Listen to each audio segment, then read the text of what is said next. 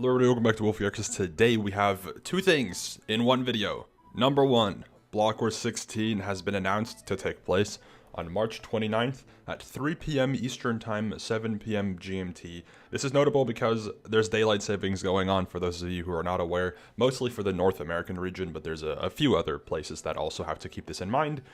So just make sure to check, if you want to watch the event, make sure to check your time zone. It's always based around the UK time zone, so it'll be 7 p.m. UK time zone, which should still be GMT when the event happens, but just a heads up. So mostly for the NA people, the event might be an hour later than usual.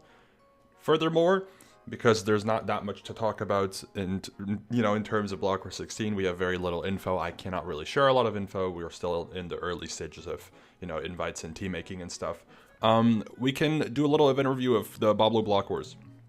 I said that I might not do one, but I think there's some things that are fun to mention, and I think there was also some Reddit activity regarding this event, which I forgot to pull up. I'll just pull it up real quick if I can find it. Block Wars Baablu, there you go. So yeah, let's go over this event briefly and try to talk about, every single little part, how it went, and how the two-player experience made it different, maybe better, worse, etc. Unfortunately, because this isn't an official event, we don't have the website to look at, so I'm just going to have to go skim through this or go off of memory to really be able to hit every single game in terms of the experience. Number one, first game was Trailblazers.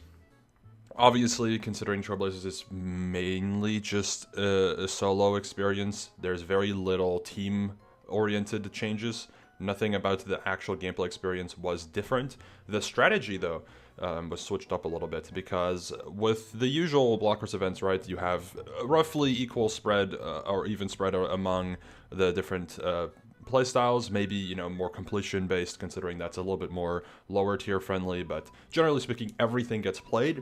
This time around, almost everybody was going for completion, and very little people touched the time trials because they're not used to touching time trials, or maybe they didn't really think about it that much. And it resulted in the people who did do time trials getting a lot of points. If I actually go to the end of the game, also obviously spoilers for winning, etc., because we'll talk about that as well. End of the game is around here. I can actually do this. So if you look here, you see that most completions, I got like 17 completions, so I got third in that, and then most gold medals, I also got third in that. Kind of just evenly spread, because as you can tell, a lot of people didn't notice how things worked, and that resulted in me and Booster being able to actually place top 3, both of us, in Trailblazers, which is a little surprising. I thought we were, as much as we were like a good team, I thought we were going to be one of the like super mid teams across the board, but we actually got first in the first game, so that was pretty impressive. Next up was not much else really to talk about regarding Trailblazers. It's just 2 players means you can change up the strategy from an individual standpoint, but for the rest it doesn't really matter. Order up though, I think was really interesting with 2 people. I got to play the gathering side of things for the first time ever, essentially. Well, I've done it a little bit in the past, but this is like the one time I properly did it.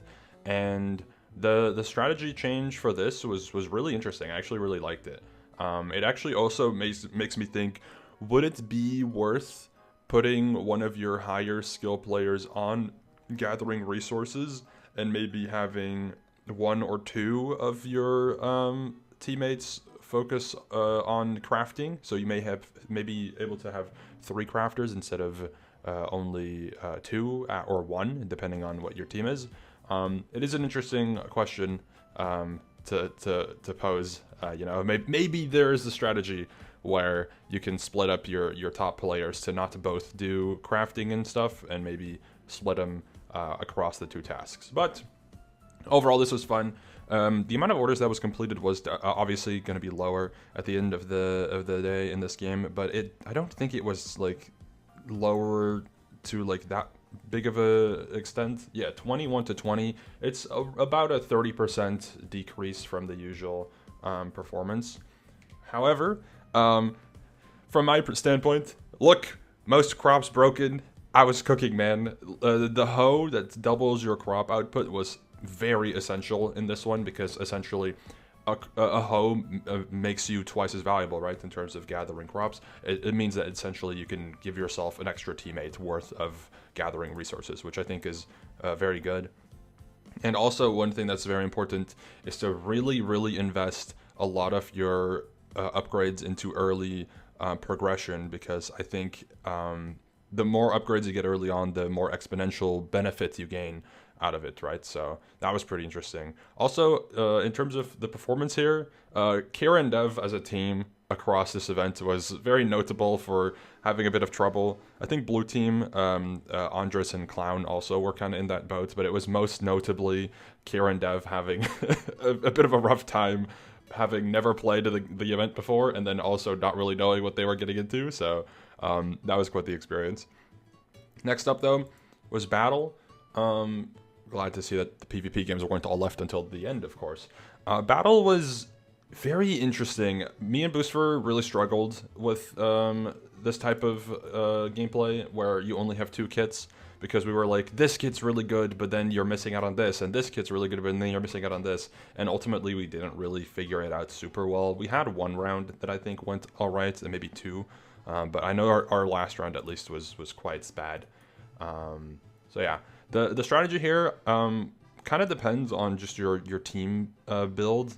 As you can see, Feinberg and Purpled, both being some of the better players in this event individually, were really able to allocate their teammates more properly into like a certain role, and especially Fine and Samant were really doing really well, like fantastic performance from that duo, despite a lot of people not really thinking that they would, but they did really well.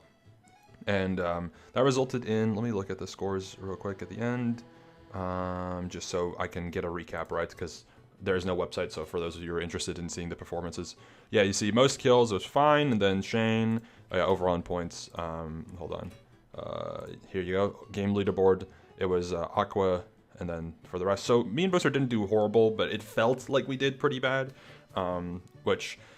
The S-tier teammates teams were first, second, third, and then it was me and Booster, which was widely considered as one of the more, even duos in terms of skill. I think we were one of the most well-rounded ones, I think. But yes, Fine got the most kills. Purple and Evo together also did really well. Individual board for this game looked insane, which makes sense because... obviously, for this event, it's an invitational event. We are not changing the code or anything for this type of thing. So, damage point pools, healing point pools, etc. That's mainly it. Winning points and also capture points are going to be so much more of an inflated score for every teammate, which shows with Fine and Smith pulling like 700 points each, roughly, which is crazy. Of course, it was absolutely insane. Next up was Extraction, which me and Booster started really well in, and then we kind of fell off. I thought Extraction was pretty fun with 2 teammates. I do think it's a little stressful, and one thing that was really tough for me and Booster is that we are both European-based, like Europe-based, right? And the problem with that is in Extraction, recharging does rely on your ping a little bit, and everyone else being NA-based makes it really difficult for us to compete in a 1v1 setting. I don't think I can show you like a proper example of this happening, but there are instances where I'm trying to like 1v1 someone, and my crossbow just doesn't reload as fast as theirs does, and it just ultimately results in a bit of trouble for me. I think this is a round where does Kier kill Booster? No, he doesn't. Okay. So yeah, these are the good rounds. We ended up doing pretty mid though.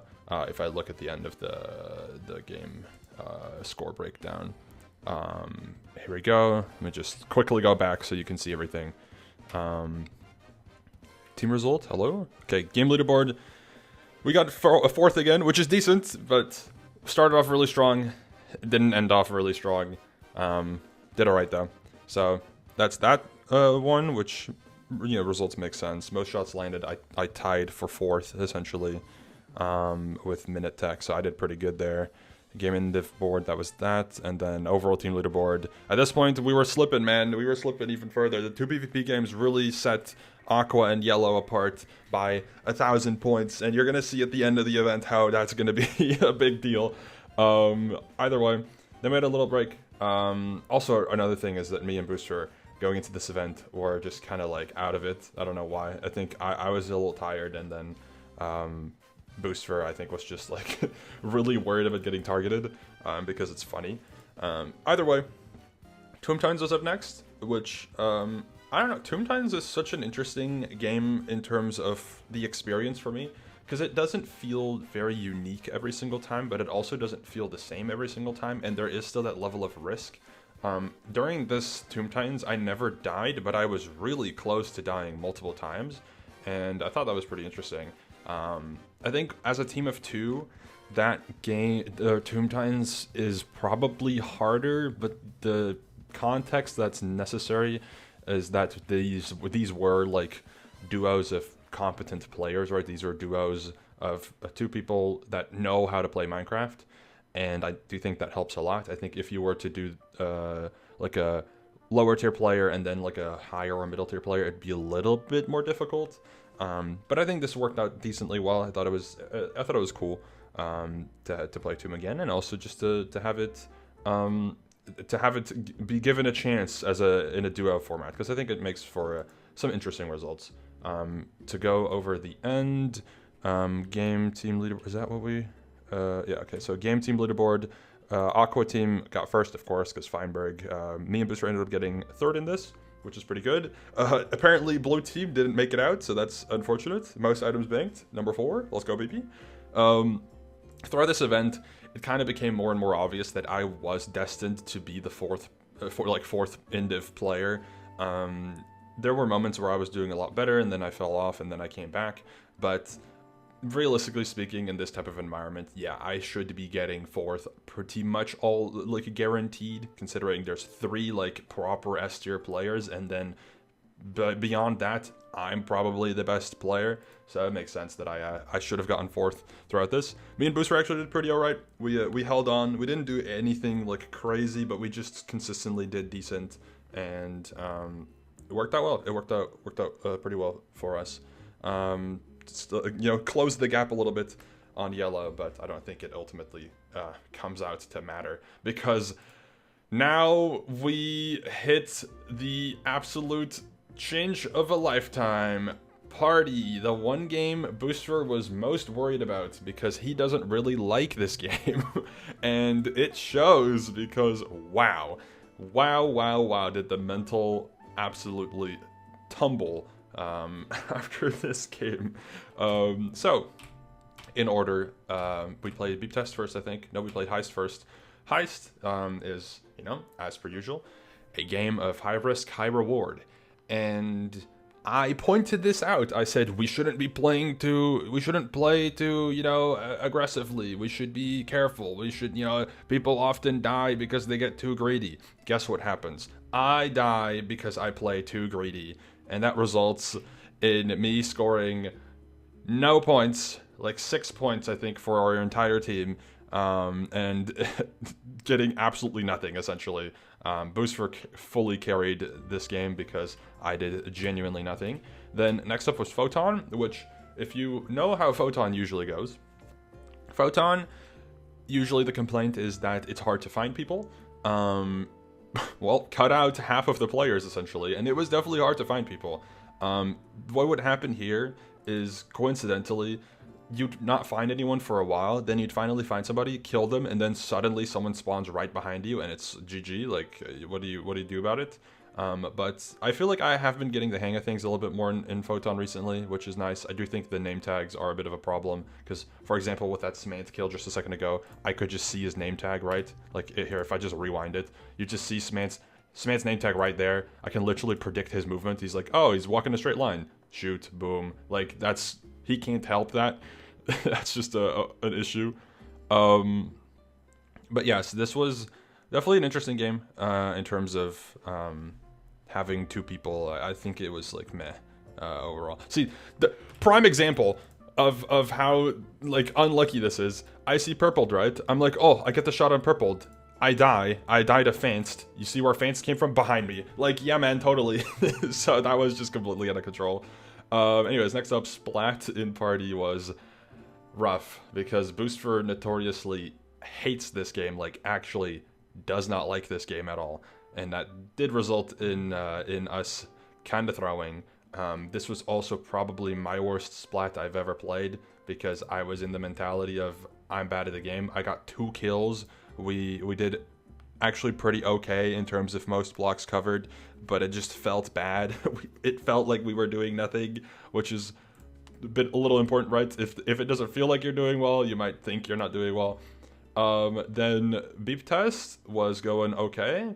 I was crushing the hard path, the challenge mode, and then boom, fall number 1. I'm like, how does that even make sense? I don't understand. For multiple people make it, so clearly that's a skill issue. And then I'm like, okay, you know what? Only 1 life lost. I can make this. Nope, never mind. Also fail there. So that's why I swapped to the normal arena after 2 fails, which is rather unfortunate. However, it ended up working out pretty nicely, because at the end, I was the only survivor. Most first place completions obviously is completely irrelevant, but Smant was crushing the standard completion courses, because he was the only person doing them for the majority of time, which is pretty funny.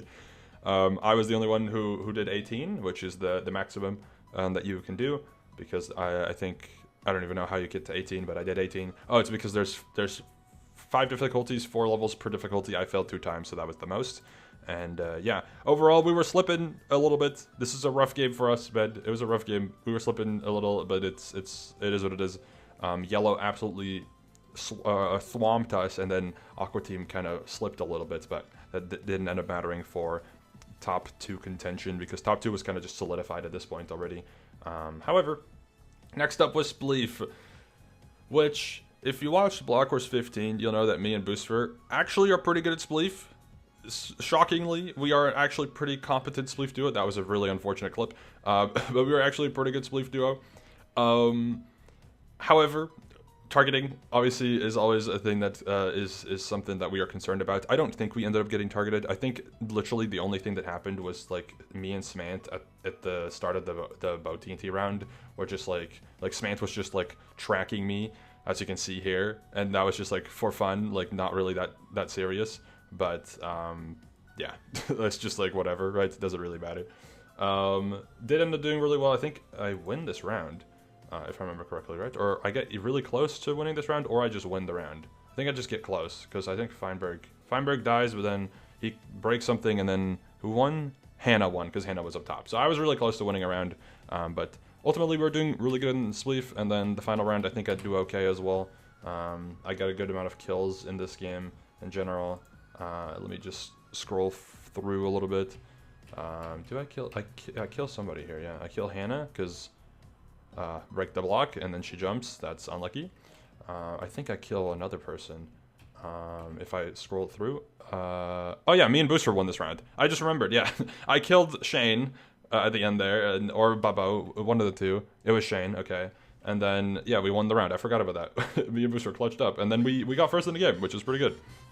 This was when we gained some hope back, because I think now the game, the game team leaderboard there, most blocks broken, we get a little bit of a buff, and then most kills get a buff. I think I get first in this game. Yep, I get first indiv in this game, which is pretty epic. And then boom, we make a comeback. There's only 400 points to make up, but what is game 8? What is the last game we are relying on in terms of our points? It is Blitz Hunt, which Blitz Hunt is it was an experience for sure.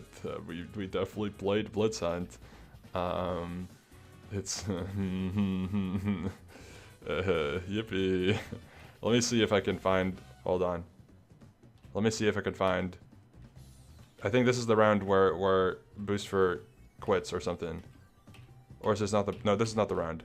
Next round is when Booster quits. This one.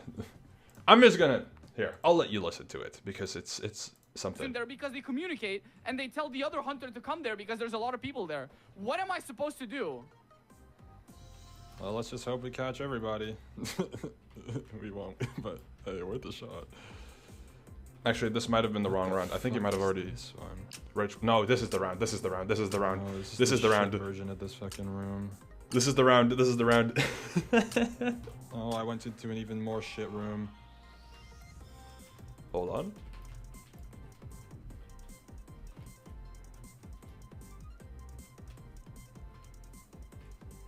Hold on. Here we go. One's on you. Oh, come on, man. That's ridiculous. Yeah. All right. That's, you know, justified. And I don't hear from Bruce for that entire round anymore. I mean, he does end up coming back eventually, but we were so out of it, man. We were so out of it. Blitz Hunt was very difficult with, what's it called? With less people, because the amount of people you can find is just lower, right? So it means that if you have a bad hunting round, it feels really bad. Because a bad hunting round usually is like around 10 kills across your team, roughly. Because a little bit more, but like a little higher than, let's say like 10 kills across the team would be a bad round. In this instance, a bad round is like 3 kills, or in Kieran Dev's case, 1 kill, and it's just Booster. Somehow they managed to only kill Booster and nobody else in this round, which is diabolical. Diabolical gameplay experience. Oh, also, Booster and I were doing shared chat during this event, which was really fun. But when Booster had a crash out, I just saw a lot of his chatters on my feed being like, "No, lol, crash out," and I was like, "Well, I don't know." I don't know what happened. Overall, though, in this game, I think, let me just scroll through the end. Oh, we don't see the in-game breakdown, but we end up doing all right. I think our team places 3rd, because we were like, oh, we probably get 4th or something, but then 4th is green, so we were like, oh my god, I guess we were 3rd, but we already knew we were not making top 2, because you're going to see the gap in a little bit, and it's just like, bleh. You can't really make up a lot of points in Blitz Hunt when when the hunting round is like nobody, because hunting is usually when you farm a lot of individual points at least, and unfortunately that was not the case this time around. So it was Aqua versus Yellow in the finale, and I think that this is a really good showing from Shockwave. It was a back and forth match. You know, they essentially trade rounds consistently. I think, yeah, just 1 round here, 1 round there, and then 2 rounds. I don't think there's a really good clip from Evbo in one of these, which I think, I don't know if it's happened yet. I think it's the upcoming round, right? Because no, it might have already happened at this point. No, it definitely hasn't happened yet, or has happened already, because they win a round because of it. I think, right? Is it? I don't remember. Is that the way it works? I think it's when they win the previous round. Sorry for the absolute buffoonery that's going on in my brain right now, but I'm trying to figure out when this happened exactly. Is this it? This might be it. This might be it. Yeah, this should be it, I think. Because now, so what happens here? So you have Purpled here, Feinberg here, Smallland here, Evbo here. Purpled shoots man from behind. Feinberg dodges the purpled arrows, or Purpled has NA aim, of course, you know, that could also be a thing. Fein gets a nice shot on Purpled there. Now it's Feinberg here, Evbo here. Just, I'll let the audio play out, because this is quite the experience. Oh my god. He has to push her, yeah. If that fucking... Oh my god. That lens. Oh my god. Oh my god. Dude. That's the craziest shot ever. That is, yeah, no, he's right. That's the craziest shot ever in that game. Let me just pull up a clip real quick, because I just remembered. There's a clip that I put in a server here. It's from Twitter. Someone on Twitter got Shane's reaction for this, and it's insane. Volume warning. Here it goes like beep beep beep. Evbo, calm down, Evbo. What does he do? Here it goes. Which is that's just classic, isn't it? That's just great. But yeah, finale was cool. Really close one. Literally until the very end, this was a tight match. But at the end, eventually, you have this showdown again between Feinberg and Fbo, absolutely going at it. And Fein just has the angle. Fbo makes the push. Feinberg got it. Boom. And that's it. Feinberg won.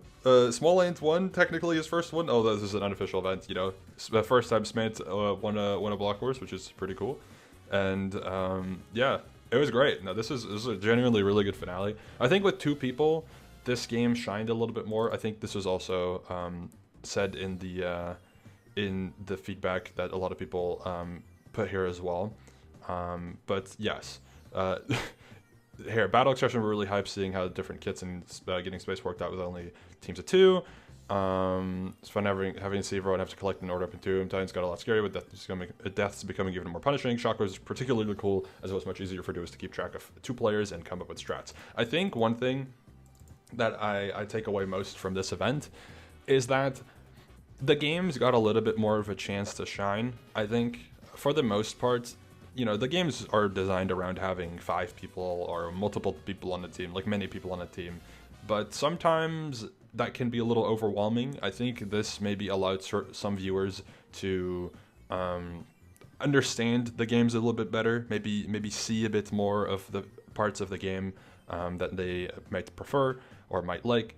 And I think it overall just made it just more consumable. It's easier to understand and easier to grasp exactly what's going on and how it works, which I think is good. Ultimately, though, shout out to Baablu, of course, for you know, proposing this idea and then actually doing really good in terms of hosting and managing things, etc. He did a really good job. I had very little involvement with this one because it isn't my event, right? It's not my event to host. It was Baablu's event to host, and I really hope that he makes a good video out of this. I think genuinely, this was a really good showing. I think, you know, some of the recent Block Wars events have been really good. I think a lot of good stuff has happened. You know, the Origins recently was great. This one was really good. And I think, yeah, Block Wars is on the up, baby. Hey, we're headed into a break at some point soon, but we're on the up still. So yeah, reminder as well, Block Wars announced. Block Wars 16, March 29th, 3 p.m. Eastern Time, 7 p.m. GMT. Go watch it.